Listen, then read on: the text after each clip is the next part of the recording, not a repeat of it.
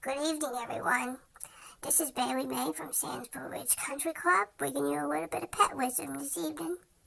I had a little bit of a scary day today outside. I was outside in our big yard, and I was whiffer-sniffering.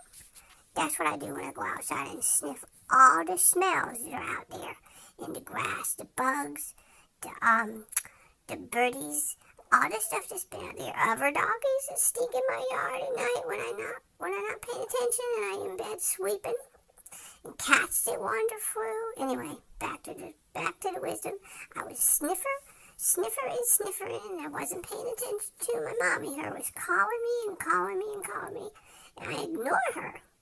So mommy was very nervous when she found me, and she said, "Bailey May, why you didn't listen to me when I called you?" And I said, "'Cause I was whippersniffering." So she explained to me that the reason she's calling me and needs to see me is 'cause the hawks will get me. The big birds.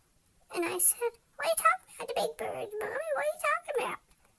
And she said, "The hawks will get you and scoop you up with their talons and kill you and take you away from your people, and you'll never see them again." I was horrified. Absolutely horrified.